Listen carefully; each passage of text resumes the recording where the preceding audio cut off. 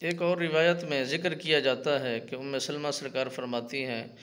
कि आका नामदार सल्लल्लाहु अलैहि वसल्लम सरकार की दरबार गोहरबार में इमाम हुसैन पाक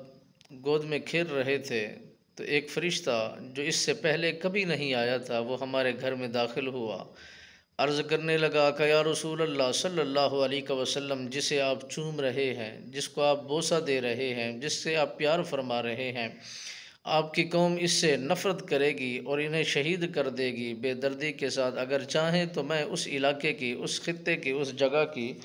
मट्टी आपके दरबार में लाकर पहुंचा दूं, तो आपके दरबार में वो जगह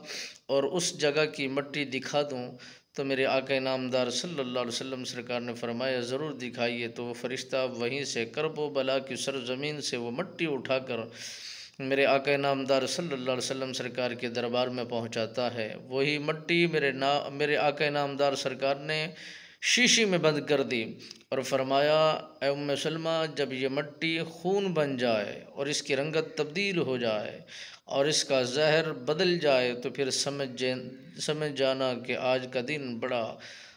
बहुत बड़ा दिन है और मेरे इस घर वाले और इस मेरे नवासे पर बहुत बड़ा दिन गुज़र रहा है। और इस दिन के अंदर जो उस वक़्त मौजूद हो, उसे चाहिए कि वो इनकी मदद भी करे, इनका सहारा भी बने और इनके लिए ताउन भी करे। और मेरे आका नामदार सल्लल्लाहु अलैहि वसल्लम सरकार कभी गर्दन को बोसा देते हैं, कभी रुखसारों को बोसा देते हैं, कभी पेशानी को चूमते हैं।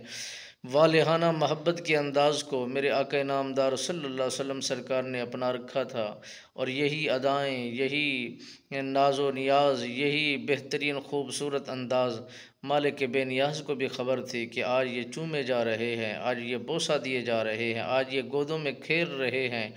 और फिर